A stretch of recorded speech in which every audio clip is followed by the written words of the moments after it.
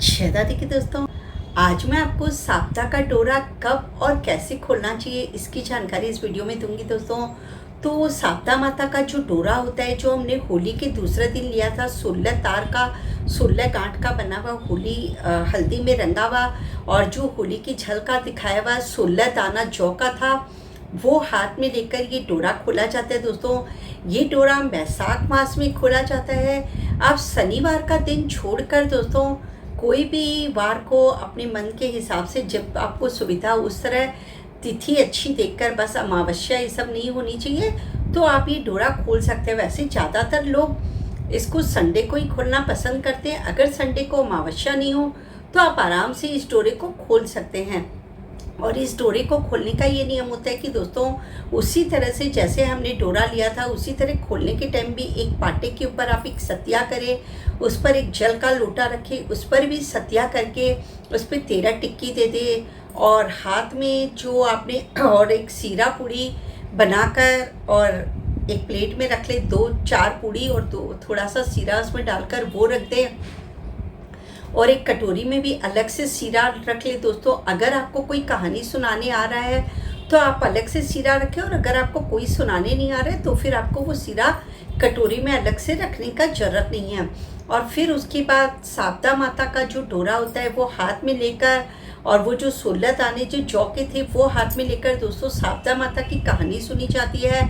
और फिर उसके बाद साप्ताह माता का जो डोरा होता है वो उसी तरह से सतिया पर, पाटा वाला सतिया पे रख देते हैं।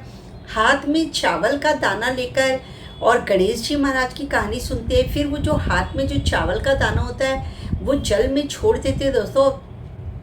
और फिर उसके बाद में वहाँ पर जो वो पूड़ी और सीरा आपने रखा था उस पर 2 बार रोली से चिरसते हैं, 2 बार चावल छोड़ते हैं। हाथ जोड़कर आपने जो चुनड़ी ओढ़ी हुई है उस समय कहानी सुनते समय उससे पूरे हाथ को कवर करके और 4 बार इस तरह से हाथ फिरा जाता है दोस्तों। इसको बाना निकालना बोलते हैं। और उस पर रुपया भी रख देते दोस्तों, रुपए का लिफाफा भी।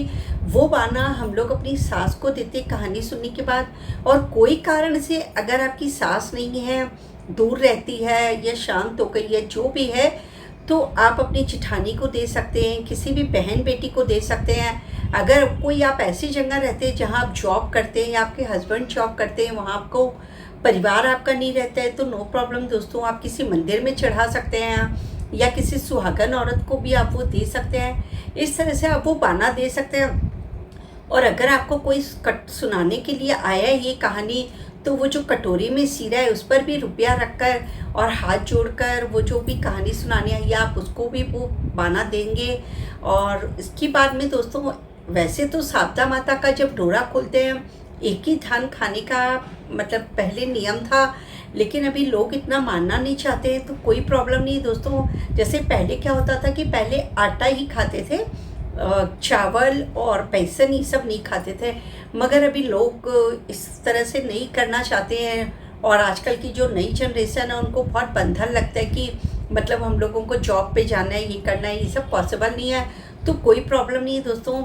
आप कहानी सुनने के बाद वो जो आपने डोरा खोला है वो और 16 जौ के दाने वो लेकर वो जो जल लोटे का रखा हुआ है पाटे के पर, उससे सूरज भगवान को अर्घ दे देते दोस्तों। वो डोरा खोलना हो जाता है।